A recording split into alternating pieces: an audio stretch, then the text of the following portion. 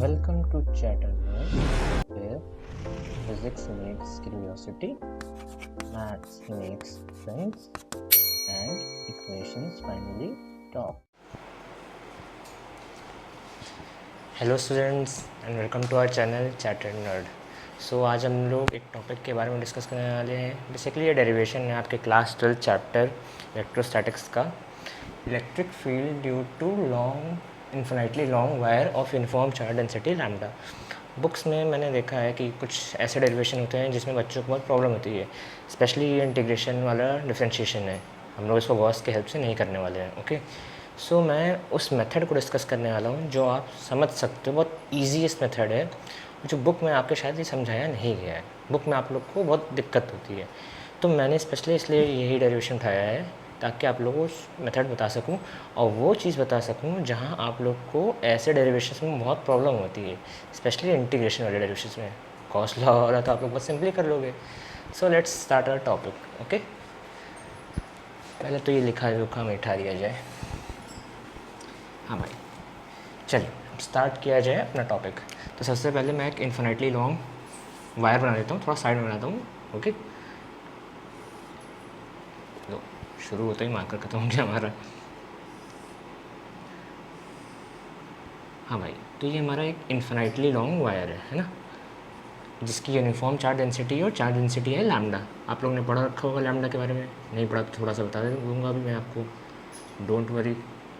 Okay, तो ये एक इन्फिनिटली लॉन्ग रॉड है, इन्फिनिटली लॉन्ग, इसकी लेंथ है इन्फिनाइट। ओके, तो अब हमको इसकी वजह से इलेक्ट्रिक फील्ड निकालनी है। इस पर्टिकुलर डेरिवेशन के लिए एक छोटा सा की पॉइंट है आप लोगों के लिए, जिसको आप लोग इस डेरिवेशन में यूज़ कर सकते हो, बट ध्यान दीजिएगा सिर्फ ये इसी डेरिवेशन तक है। ओके, ये इन्फिनिटली लॉन्ग है, हमको इसके थ्रू इलेक्ट्रिक फील्ड निकालनी है। तो वो की पॉइंट क्या है कि आप इस रॉड से जहाँ पे इलेक्ट्रिक फील्ड निकालना चाहते हो, भले ही इन्फिनिटली लॉन्ग है बट इसका कहीं मिड पॉइंट तो होगा ही, है ना। आप इस रॉड का मिड पॉइंट पकड़ लो, आप उस मिड पॉइंट से इलेक्ट्रिक फील्ड निकालो। एंड ट्रस्ट में ये चीज़ आपकी गलत नहीं होगी, ठीक है। ये छोटा सा की पॉइंट है सिर्फ इस इन्फिनिटली लॉन्ग रॉड के लिए, ध्यान दीजिएगा। ओके, चलिए मैं आप लोग को सपोज कर लो ये मिड पॉइंट है पी, ठीक है। रॉड से एकदम ये मिड पॉइंट है, मान लेते हैं रॉड से ये ए लेंथ की दूरी पे है, ठीक है। अब हमको इसी पॉइंट पे इलेक्ट्रिक फील्ड निकालनी है। भाई आपने कूलम्ब्स लॉ पढ़ा, बट कूलम्ब्स लॉ क्या कहता है? कूलम्ब्स लॉ कहता है कि आप जब भी इलेक्ट्रिक फील्ड या फोर्स निकालोगे वो सिर्फ पॉइंट चार्ज के लिए ही वैलिड होगा। ओके, अब यहाँ पे हमारे पास तो पॉइंट चार्ज है नहीं, ये है कॉन्टीन्यूस चार्ज। सो आप लोग को ये बात पता होगी, बट फिर भी जान लीजिए, जब कॉन्टीन्यूस चार्ज होता है तो हम लोग क्या करते हैं, यहाँ पे छोटा सा एलिमेंट कट आउट करते हैं। जैसे मान लो रॉड का मैंने इतना पार्ट काट लिया, ठीक है। अब ये छोटा सा एलिमेंट है, इसमें छोटा सा चार्ज है, इस छोटे से चार्ज को हम डी क्यू मान लेते हैं। सपोज़ करो पूरी रॉड पे जो चार्ज था वो क्यू था, है ना। ये जो चार्ज है ये पूरी रॉड का है, ठीक है। तो छोटे से पार्ट का चार्ज छोटा सा डी क्यू, भाई आप लोगों ने इतना तो पढ़ा होगा डिफरेंशिएशन में। अब ये छोटा सा चार्ज है, ठीक है भाई, तो छोटा सा चार्ज है वो भी, अब ये क्या करेगा, ये एक पॉइंट चार्ज की तरह बिहेव करेगा। इस छोटे से चार्ज की इलेक्ट्रिक फील्ड होगी, अब वो इलेक्ट्रिक फील्ड क्या होगी, छोटी सी होगी। आप लोगों ने इतना तो पढ़ा होगा कि जो प्लस चार्ज होता है उससे इलेक्ट्रिक फील्ड हमेशा दूर भागती है। अब वो सब कैसे होता है आप लोग को पता होगा कि टेस्ट चार्ज जिस डायरेक्शन में मूव करता है वही इलेक्ट्रिक फील्ड की डायरेक्शन होती है, वो सब हमारा डिस्कस करने का पॉइंट नहीं है। खैर हाँ भाई, तो अगर इस प्लस चार्ज की वजह से इस पॉइंट पे मैं इलेक्ट्रिक फील्ड की डायरेक्शन लिखना चाहूँ तो कैसी होगी, ये इस पॉइंट को ऐसे रिपेल करेगा भाई, है ना। एक लाइन बना दूँ मैं ऐसे, यूँ इस प्लस चार्ज की इलेक्ट्रिक फील्ड यूँ इस पॉइंट को रिपेल करती हुई जाएगी, है ना भाई। और ये इलेक्ट्रिक फील्ड क्या होगी, छोटी सी इलेक्ट्रिक फील्ड। चलो अब कुछ देर के लिए मैं इस डिस्टेंस को वाई मान लेता हूँ, ठीक है। ध्यान से सुनना, छोटी छोटी चीज़ें मैं आपको बताऊँगा, आप लोग को कहाँ दिक्कत आती है। अब समझो भाई, ये रॉड थी इन्फिनिटली लॉन्ग, इसकी कोई लेंथ तो है नहीं, बट ज़रा समझना, हमने ये मिड पॉइंट माना है। अब इस मिड पॉइंट से, या फिर मिड पॉइंट छोड़ दो, आप जिस पॉइंट पे इलेक्ट्रिक फील्ड निकाल रहे हो, है ना, वो रॉड पे जिस पॉइंट से है और जिस पॉइंट पे आपने एलिमेंट काटा है उसके बीच के डिस्टेंस को मान लेते हैं एक्स। ध्यान से समझना, यही बच्चे गड़बड़ा जाते हैं। हमने अगर इसको एक्स मान लिया तो ये जो एलिमेंट कटा है इसकी लेंथ हो जाएगी क्या, इसकी लेंथ हो जाएगी डी एक्स।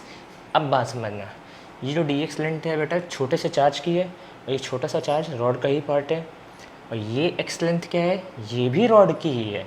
बच्चे गलती क्या करते हैं भाई, इसको मान लेते हैं एक्स और ये मान लेते हैं डी एक्स, फिर करने लग जाते हैं, उनका आंसर नहीं आता है। अरे बात समझने की कोशिश करो आप, ये जो हमने छोटी सी लेंथ मानी है बच्चा, ये है रॉड की, ये एक्स लेंथ ये भी रॉड की ही है। तो जो रॉड की लेंथ है आप उसी के अकॉर्डिंग इस एलिमेंट को काटोगे। अब जैसे ये सर्कल होता है ना, सपोज कर लो इसकी लेंथ एल है, इस पर मैंने कोई चार्ज काटा होता है ना, तो इस चार्ज का लेंथ क्या होता, डी एल होता। जो इस सर्कल की लेंथ है वही उस चार्ज के अकॉर्डिंग उसका आप लेंथ लिखोगे। ऑल राइट, चलो इसको मिटाया जाए। हाँ भाई, तो छोटा सा चार्ज कितनी लेंथ है छोटे से चार्ज की, डी एक्स लेंथ है। अब छोटा सा चार्ज है तो हम कूलम्ब्स लॉ अप्लाई कर सकते हैं। तो चलो मैं कूलम्ब्स लॉ थोड़ा साइड में लिख देता हूँ। तो कूलम्ब्स लॉ क्या कहता है हमारा कि electric field due to a charge is equals to K Q by R square, है ना।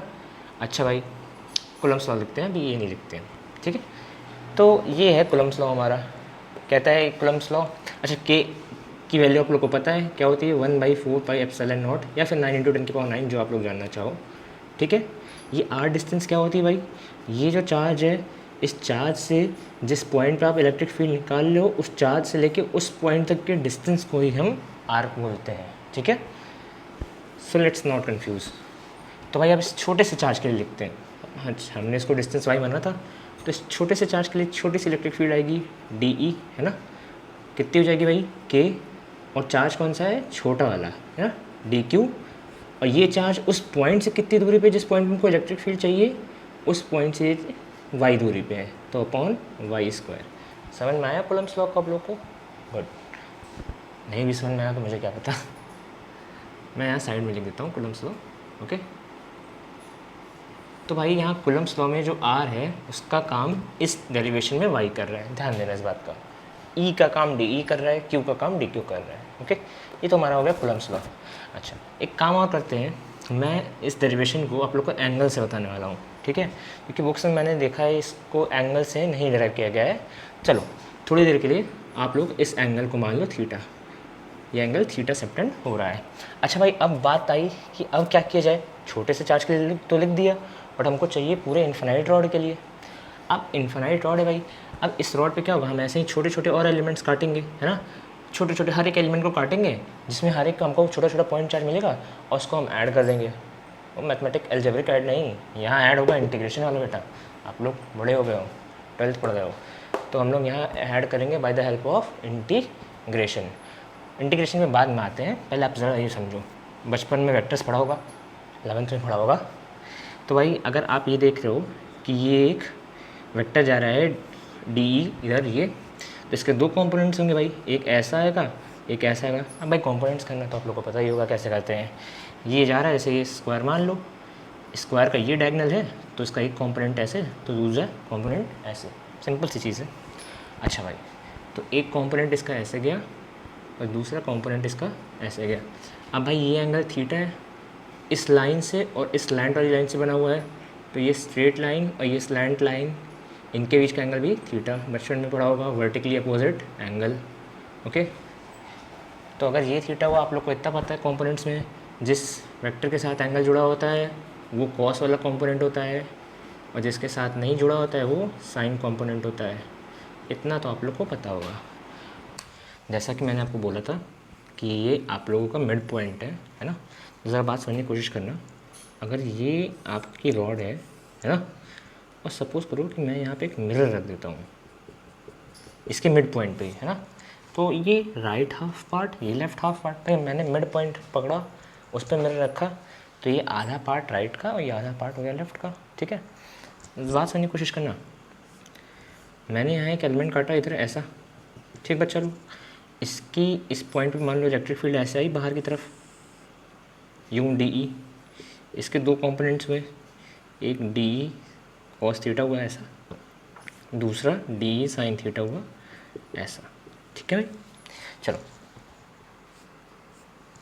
अब ये मिरर है, मिरर के इधर राइट हाफ पार्ट है, लेफ्ट हाफ पार्ट इधर होगा, तो इस एलिमेंट की मिरर इमेज भी इधर होगी कि नहीं, ये हो गई इसकी मिरर इमेज। सपोज इसकी इलेक्ट्रिक फील्ड कैसे हुई, इस पॉइंट से दूर भागती हुई यूँ, इसकी भी तो इलेक्ट्रिक फील्ड ऐसे हुई डी ई, इसके भी 2 कंपोनेंट्स करेंगे हम लोग। जब 2 कंपोनेंट्स करेंगे तो एक कंपोनेंट तो इसी के अलॉन्ग आएगा ऐसा DE, और एक कंपोनेंट इधर आएगा, ये वाला कंपोनेंट इसका ये भी DE साइन थीटा होगा, और इधर ऊपर वाला कंपोनेंट ये भी इसका DE कॉस थीटा ही होगा। भाई देख लो, ये आपका स्क्वायर ऐसे जाता है डायगोनल, तो एक कंपोनेंट ही तो दूसरा कंपोनेंट ही। ये सब बच्चों वाली बातें हैं, ये तो आप लोग को पता होनी चाहिए, ठीक है भाई। खैर, तो अब हुआ क्या भाई, सॉरी, हुआ यूँ कि भाई इसके जो दो, इसका इस चार्ज का जो DE कॉस थीटा वाला कंपोनेंट था वो ऊपर था, इस चार्ज का भी DE कॉस थीटा वाला कंपोनेंट ऊपर है। अब 2 वेक्टर सेम डायरेक्शन में होते हैं तो क्या होता है उनका रिजल्टेंट, नॉर्मल एडिशन हो जाता है, ये आप लोग को पता होगा। बट यहाँ 2 सेम वेक्टर्स ऑपोजिट डायरेक्शन में हैं तो क्या होंगे, एक दूसरे को नलीफाई कर देंगे, कैंसिल आउट कर देंगे। तो हुआ क्या भाई, ऐसे जो आपने एलिमेंट्स काटे इधर, तो उसके मिरर एलिमेंट की वजह से क्या हुआ, DE साइन थीटा कैंसिल हो गया, और DE कॉस थीटा ऐड हो गया। अब आप और ऐसे एलिमेंट्स काटोगे, इसके भी मिरर एलिमेंट्स होंगे इधर, है ना, तो इनके भी मिरर एलिमेंट्स क्या करेंगे, DE साइन थीटा को आपस में कैंसिल आउट कर देंगे और DE कॉस थीटा को ऊपर जोड़ देंगे। बात क्लियर हो रही है। तो जितने भी एलिमेंट्स है भाई, DE का क्या हाल हुआ था, DE 2 कंपोनेंट्स में टूटा था, एक कॉस वाले में, एक साइन वाले में। तो इसके जो 2 कंपोनेंट्स है उसमें से साइन वाला कटता चला जा रहा है और कॉस वाले ही सारे ऐड होते जा रहे हैं। तो भाई जब इसमें से साइन कट जा रहा है तो हमको DE लिखने की जरूरत है। हमको क्या करना है, हमको एडिशन DE का नहीं करना है नेट इलेक्ट्रिक फील्ड के लिए बच्चा, हमको करना है DE कॉस थीटा का, क्योंकि हर एक मिरर एलिमेंट्स ने अपने DE साइन थीटा वाले कंपोनेंट्स को काट दिया और बचा के किसको रखा है, DE कॉस थीटा को। बात समझ में आ रही हुई है ना। तो हम लोग यहाँ एडिशन किसका करेंगे, DE कॉस थीटा का करेंगे by the help of integration, ना कि DE का। ये बात समझना, ठीक है। अब एक बहुत घटिया से एग्जांपल आपको लेके अगर समझाऊँ तो जैसे 6 नंबर है, 6 को हम ऐसे लिख सकते हैं 2 + 4, है ना। ऐसे समझ लो हमारे पास बहुत सारे 6 नंबर होते हैं, 2 + 4 2 + 4 2 + 4, और कहीं से मान लो पैसा है, पैसे से ज़्यादा समझ में आता है ना। कहीं से आके किसी ने 2-2 रुपये उठा लिए हमारे पास, है ना। तो अब हम बार बार इसको 6 - 2 6 - 2 तो करेंगे नहीं, है ना, हम इसको सीधा 4 लिखेंगे। बड़ा घटिया सा एग्जांपल था, बट बात समझो, जो चीज़ बची हुई है हमारे पास हम उसी को तो लेके काम करेंगे। अगर हमसे कोई टोटल पूछेगा तो हम ऐसा तो कहेंगे नहीं 6 - 2 + 6 - 2 + 6 - 2 ना, हम कहेंगे टोटल क्या होगा 4 + 4 + 4, यही हमारे पास बचा हुआ है 12। उसी तरीके से क्या बचा है, DE cos theta DE cos theta DE cos theta, हर एक कॉम्पोनेंट का DE cos थीटा बचा है। तो जो नेट इलेक्ट्रिक फील्ड आएगी किसकी वजह से आएगी, DE cos थीटा वजह से। 1 मिनट, हाँ भाई। तो अब जो हम यहाँ पे नेट इलेक्ट्रिक फील्ड लिख रहे हैं E नेट, वो क्या होगा, integral of DE cos of theta. बच्चा लोग एक बात समझना, अभी इसमें मैंने पूरी चीज़ नहीं लिखी है, ना मैंने लिमिट लगाई है, ना एक चीज़ मिसिंग है। सस्पेंस बनाओ थोड़ा, वो लास्ट में बताता हूँ क्या मिसिंग है। अभी ये पूरा E नेट नहीं आया है, ध्यान देना, ये पूरा E नेट नहीं है। मैं समझाऊंगा अभी बाद में आपको क्यों नहीं है। उससे पहले एक काम हम लोग और करेंगे कि इस डायग्राम में जितने भी कॉन्स्टेंट्स और वेरिएबल्स हैं उनको अलग करेंगे। आओ देखो कैसे करते हैं। तो बेटा पहले समझ लो कि क्या कॉन्स्टेंट है क्या वेरिएबल है। इस क्वेश्चन में हमारा A जो है वो एक कांस्टेंट है, Y जो है वो एक वेरिएबल है, समझाता हूँ अभी कैसे। थीटा हमारा वो भी एक वेरिएबल है, X हमारा वो भी एक वेरिएबल ही है। अब समझते हैं कैसे भाई, ध्यान समझो। इस पॉइंट पे आपको ये रॉड का पॉइंट है, इस पॉइंट पे आपको इलेक्ट्रिक फील्ड निकालनी है भाई ये डिस्टेंस तो कांस्टेंट ही होगी। आपको जिस पॉइंट पे इलेक्ट्रिक फील्ड निकालनी है वो तो आपको पता होगी कि आप 4 मीटर पे निकालना चाहते हो, 6 मीटर पे, उसको तो आप चेंज करोगे नहीं। उसको चेंज करोगे तो पूरा क्वेश्चन चेंज हो जाएगा। अब बात समझना, आपने पहला एलिमेंट काटा इधर, ये लिया, आप उसको इधर भी तो ले सकते थे, ये एलिमेंट भी तो ले सकते थे, लेकिन अच्छा अगर ये, और अल्टीमेटली हमको वो एलिमेंट लेना ही है, हमको सारे एलिमेंट्स को ऐड करना है ना, क्योंकि हमको पूरे रॉड से चाहिए। तो सोचो जब इस एलिमेंट को लेकर हम इधर जाएंगे तो ये डिस्टेंस जो थी ये अब मार्कर देखो ये चेंज हुआ, ये देखो ये लेंथ चेंज हुई, ये पहले y थी अब ये कुछ y से थोड़ी बड़ी हुई, और जैसे ये लेंथ चेंज हुई वैसे भाई ये देखो ये थीटा था तो ये एंगल भी तो बढ़ गया, बढ़ा कि नहीं। सिमिलरली भाई हमारा x एलिमेंट जो ये एलिमेंट था उसकी लेंथ x यहाँ पे थी इतनी, अरे ये x भी तो बढ़ गया, ये देखो ये x यहाँ तक आ गया। तो क्या हुआ, जब भाई आप दूसरे एलिमेंट्स को कवर कर रहे हो उसमें एक्स चेंज हुआ, इधर वाई चेंज हुआ, ये लेंथ थी ये लेंथ हो गई, वाई चेंज हो गया, थीटा चेंज हुआ, लेकिन ए भाई इस प्रोसेस में ए तो चेंज नहीं हुआ है ना, ए को कोई छेड़ भी नहीं रहा है, आप भी मत छोड़ो। तो इसमें ध्यान से समझो कि हमारे पास ए कांस्टेंट है, बाकी सारे के सारे वेरिएबल्स हैं, ठीक है। ये होगी पहचान आप लोग की, ऐसे ही पहचान करनी है। इस डायग्राम को थोड़ा साफ़ कर दिया जाए, कुछ काम भी है आगे इसका, ठीक है। चलो भाई अब कांस्टेंट वेरिएबल पहचान लिए, क्यों पहचानना था भाई, आप इंटीग्रेशन करने जा रहे हो, इंटीग्रेशन में आपको एक ही कांस्टेंट चाहिए, सॉरी एक ही वेरिएबल चाहिए होता है। अब मल्टीपल वेरिएबल को कैसे लेकर करोगे, आगे की चीज़ें हम लोग को जानने की ज़रूरत नहीं है, बट स्टिल आप लोगों ने जितना पढ़ा होगा इंटीग्रेशन, अभी आप वन वेरिएबल का ही पढ़ रहे हो, तो इतने सारे वेरिएबल को हमको एक वेरिएबल में चेंज करना है। शुरू में वीडियो में शायद मैंने बोला था कि मैं इसको एंगल से करने वाला हूँ, तो हमारा यहाँ जो वेरिएबल होगा वो क्या होगा, हमारा वेरिएबल यहाँ पे थीटा होने वाला है, हम लिमिट्स को थीटा में रखेंगे। बुक में शायद एक्स में दिया है, मुझे याद नहीं अच्छे से, खैर वो हमारा टॉपिक नहीं है। हाँ भाई, तो थीटा में इसलिए करेंगे क्योंकि वो चीज़ बहुत आपके डेरिवेशन को ईजी कर देगी और आप लोग को समझ में भी आएगी। चलो देखा जाए फिलहाल, तो पहले भाई डी की वैल्यू यहाँ पे उठा के यहाँ चिपका दूँ, तो ई नेट कितना आ जाएगा, K D Q by Y square cos of theta, ये हो जाएगा। अच्छा भाई, आप लोग को इतना तो पता होगा इंटीग्रेशन वाली चीज़ से कांस्टेंट वाला टर्म बाहर आता है, वैसे डिफरेंशिएशन में होता है, तो के तो कांस्टेंट है, निकाल दो इसको भाई बाहर, इसी लाइन में बाहर निकाल देता हूँ। डी क्यू तो भाई इंटीग्रल का ऑपरेटर है, वाई एक वेरिएबल है, थीटा एक वेरिएबल है, तो तीन वेरिएबल क्या कर रहे हैं यहाँ पे। अगर थीटा वेरिएबल मैं लेके चलना चाहता हूँ तो मुझे जो ऑपरेटर चाहिए इंटीग्रल के लिए वो डी क्यू नहीं, वो डी थीटा चाहिए, डी थीटा लाना पड़ेगा। अब भाई चक्कर कि डी क्यू को डी थीटा में कैसे चेंज किया जाए, कोई गड़बड़ नहीं है, चेंज किया जाएगा। उसी तरीके से वाई को चेंज करना है, कोई गड़बड़ नहीं है, इसमें भी वाई भी चेंज हो जाएगा। आओ सर देखते हैं। तो भाई पहले डी क्यू की बात कर लेते हैं। शुरुआत में आप लोगों ने टॉपिक में नाम एक पढ़ा होगा, लास्ट में लिखा था due to infinitely long wire of uniform charge density lambda, है ना, uniform charge density lambda. Lambda क्या है भाई, लैम्डा है आपकी लीनियर चार्ज डेंसिटी। क्या होती है लीनियर चार्ज डेंसिटी भाई, linear charge density lambda it is the ratio of charge to length. कहने का मतलब है जैसे समझ लो एल लेंथ की एक रॉड है, उस रॉड पे जितना चार्ज होगा, मान लो क्यू चार्ज है, अगर हम उन दोनों का रेशियो लेंगे तो वही हमारा लैम्डा देगा। मतलब जितनी बड़ी लेंथ और उतनी बड़ी लेंथ पे उतना जितना चार्ज होगा, उन्हीं दोनों का रेशियो ही क्या होगा, हमारा लैम्डा। ऐसा मत करना कि 4 सेंटीमीटर की रॉड ले लो और 2 सेंटीमीटर की रॉड में जितना चार्ज है वो उठा लिया, नहीं भाई। 4 सेंटीमीटर की रॉड है तो 4 सेंटीमीटर में जितना चार्ज आ रहा है उसका रेशियो लेना है आपको, ठीक है, ध्यान देना इस बात का। अब ये नहीं कि आपने पूरी लेंथ ली और चार्ज से ये 2 उठा लिया ना, जितनी लेंथ उतना चार्ज, ये है लैम्डा। और भाई लैम्डा एक कांस्टेंट वैल्यू होती है, ठीक है। तो आपने क्यू बाई एल के लिखा है, हम ऐसे छोटे से चार्ज के लिए भी लिख सकते हैं इसको। जैसे मान लो अगर हमने यही 2 चार्ज लिया होता और इसकी लेंथ होती एक्स, है ना, मान लेते हैं चार्ज क्यू डैश होता, तो इसको हम क्यू डैश बाई एक्स भी लिख सकते थे। वैसे यहाँ पे देखो ये जो पॉइंट चार्ज है डी क्यू, है ना, इधर जो हमने पॉइंट चार्ज एलिमेंट काटा था कितना था डी क्यू, और इसकी लेंथ कितनी थी, इसकी लेंथ थी डी एक्स, तो हम लैम्डा को क्या लिख सकते हैं, D Q by D x, ये लिख सकते हैं लैम्डा को। और लैम्डा भाई कॉन्स्टेंट वैल्यू है, तो ये वैल्यू और ये वैल्यू भी दोनों इक्वल ही होगी। कैसे होगी भाई, A Q by L sir D Q by D X के बराबर कैसे हो सकता है, बेवकूफ़ बना रहे हो ना भाई। हमने क्या कहा, कांस्टेंट वैल्यू है, ज़रा बात समझना। कोई नंबर ले लेते हैं, जैसे सपोज करो 8 एक नंबर ले लिया, अब इसको 2 नंबर्स का रेशियो बनाते हैं।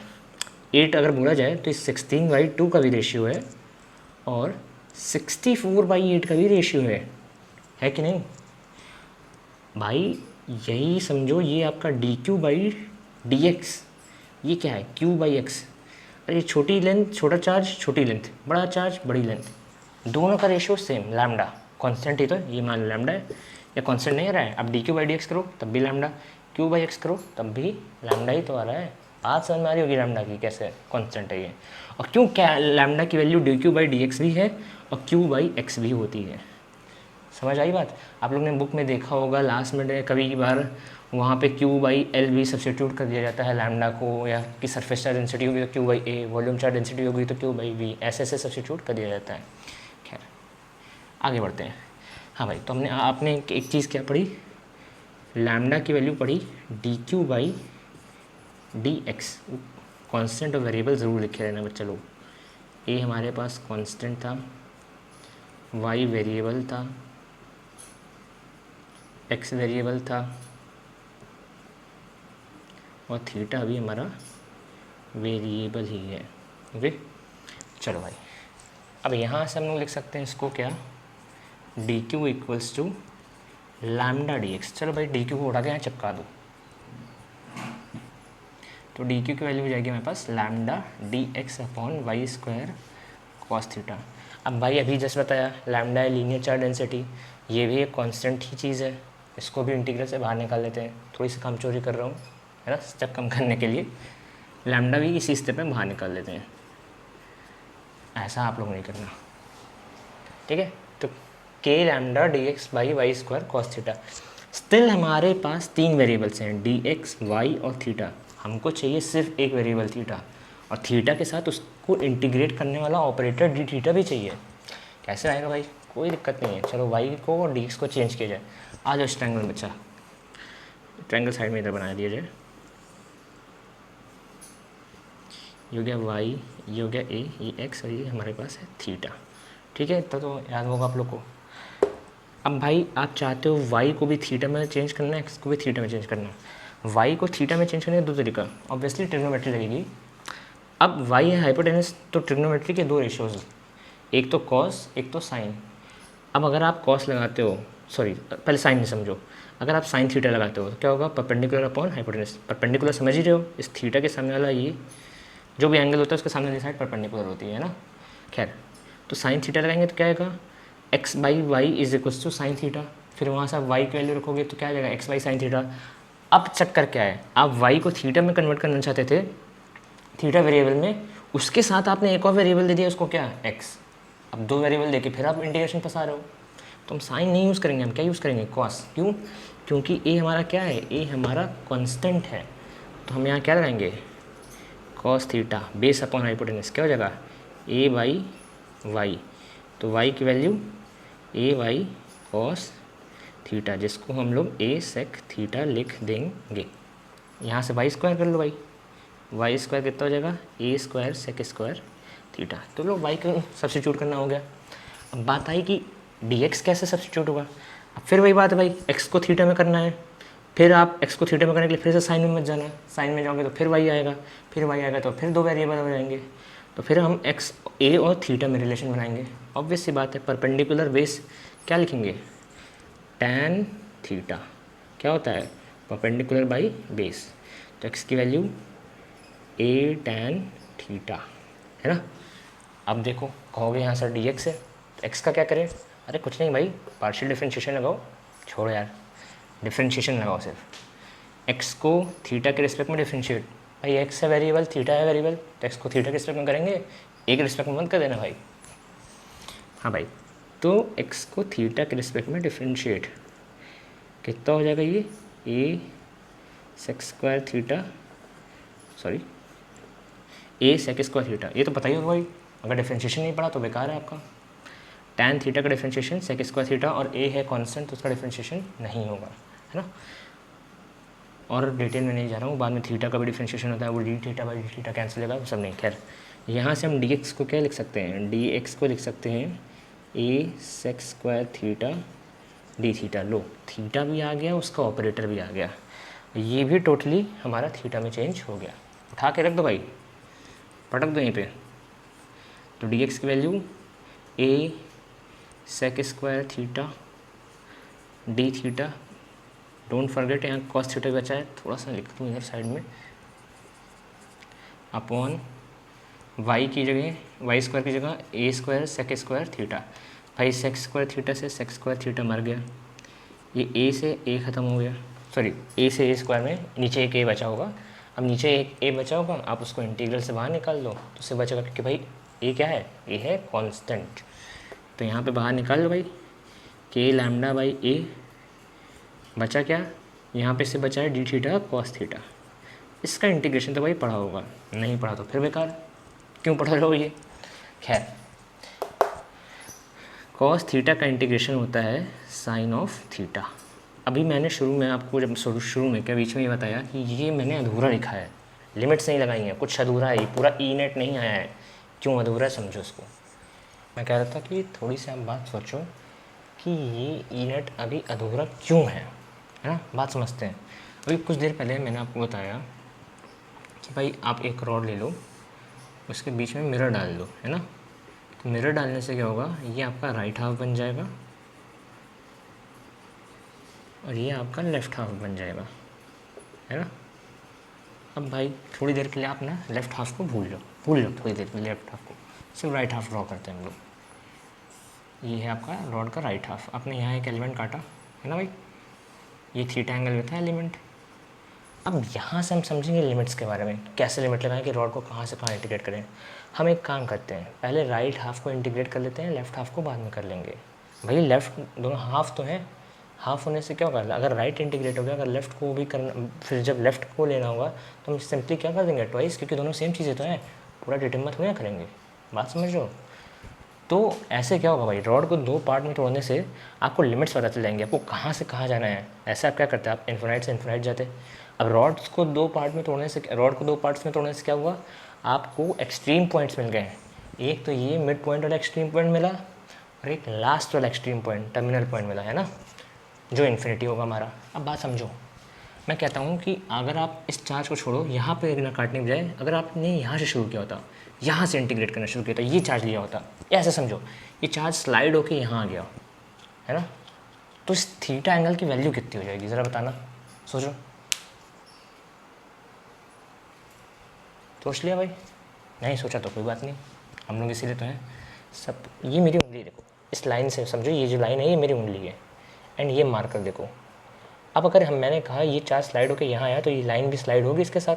तो ये देखो, ये स्लाइड हुआ, देखो स्लाइड हुआ, थीटा एंगल कितना हो गया, ये देखो दोनों लाइन क्या हो गई, कॉन्साइड कर गई, कितना हो गया थीटा, थीटा हो गया 0। ज़रा ये देखो ध्यान से, ये था ये वाली लाइन मेरी उंगली, और ये जो स्लोप वाली लाइन है वो ये मार्कर।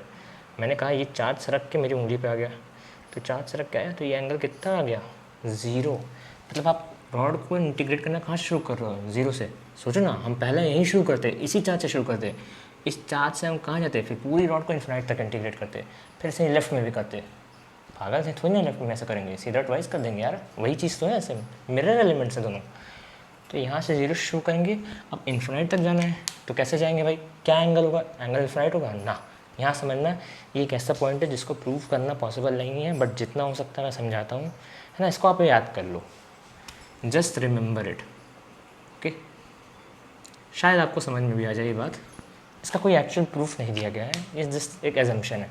अब देखो, जैसे कोई भी एंगल है, यहाँ से आप इसको इन्फिनाइट तक एक्सटेंड कर रहे हो तो ये लाइन बढ़ेगी, यहाँ का चार्ज आएगा, यहाँ का चार्ज आएगा, फिर रॉड भाई इन्फिनाइट तक जा रही है, आपको पूरा रॉड का चाहिए, पूरी रॉड से इलेक्ट्रिक फील्ड चाहिए, तो रॉड इन्फिनाइट तक जा रही है, तो इन्फिनाइट तक जाएगा, ये धीरे धीरे धीरे धीरे आगे जैसे जैसे बढ़ता जाएगा, इन्फिनाइट तक जाते जाते ये एंगल आपका थीटा क्या हो जाएगा, 90। देखो ये ऐसा है, ये धीरे धीरे जाएगा आगे, धीरे धीरे जाएगा धीरे धीरे, और इन्फिनाइट तक जाते जाते ये लाइन क्या हो जाएगी आपकी, ये एंगल आपका 90 बन जाएगा, ठीक है। इसको आप याद रख लो, अगर आपके समझ में आ गया तो अच्छी बात है, नहीं आया तो कोई बात नहीं, याद रख लो। तो 0 से हम कहाँ जाएंगे, 90 तक जाएंगे, तो हमारी लिमिट आएगी 0 से 90। 90 को हम लोग π/2 भी लिखते हैं, आप लोग को पता होगा, 0 से π/2, 0 से π/2, 0 से π/2, 0 से π/2। आप कुछ बच्चे ऑफेंड हुए होंगे, कहेंगे सर 0 से 90 लिखे वही समझ में आता है, तो लोग भाई 0 से 90 भी लिख दे रहा हूँ, एक ही बात है। अब क्या करना है, अच्छा अभी मैंने बोला कि अभी भी ये इनकम्प्लीट है थोड़ा सा, क्यों, क्योंकि बच्चा आपने सिर्फ ये राइट हाफ इंटीग्रेट किया है, लेफ्ट हाफ तो बचा हुआ है, तो ई नेट थोड़ी ना आया, ई नेट का आधा पार्ट आ रहा है, तो आधा और लाने के लिए क्या कर दोगे आप यहाँ पे, आप कर दोगे यहाँ पे ट्वाइस, क्योंकि राइट हाफ इंटीग्रेट किया आपने, लेफ्ट हाफ तो छोड़ दिया, वापस थोड़ी ना करेंगे सब काम, अरे सीधा ट्वाइस कर देते हैं, लेफ्ट हाफ की भी तो सेम ही कहानी होगी, ट्वाइस कर दिया, यहाँ पे भी कर दो ट्वाइस, यहाँ पे भी कर दो ट्वाइस, यहाँ पे भी कर दो ट्वाइस, यहाँ पे भी, यहाँ पे भी। अब सिंपल सा क्या है, लिमिट रख दो, ये तो पता ही होगा, upper limit minus lower limit, तो साइन 90 माइनस साइन 0, साइन 90 की वैल्यू 1, तो यहाँ से हमारा ई नेट कितना आ गया, 2k λ/a। यही है हमारा इन्फिनाइट लॉन्ग वायर का डेरिवेशन और उसकी इलेक्ट्रिक फील्ड। आई होप आप लोगों को ये वीडियो अच्छे से समझ में आया होगा। आप लोग के जो डाउट्स होते हैं ये क्लियर हो गए होंगे। कोई भी और डाउट है कमेंट सेक्शन में लिखिए ज़रूर, है ना, मैं रिप्लाई करने की कोशिश करूँगा। एंड या तो उस पर एक सेपरेट वीडियो बनाने की कोशिश करूँगा। भाई हमारा ही चैनल है, मस्ती से पढ़िए, जो दिक्कत हो मुझे बताइए, मैं इसीलिए यहाँ पे हूँ, है ना। एंड सब्सक्राइब ज़रूर करना भूलना नहीं, ठीक है। So okay, bye, all the best.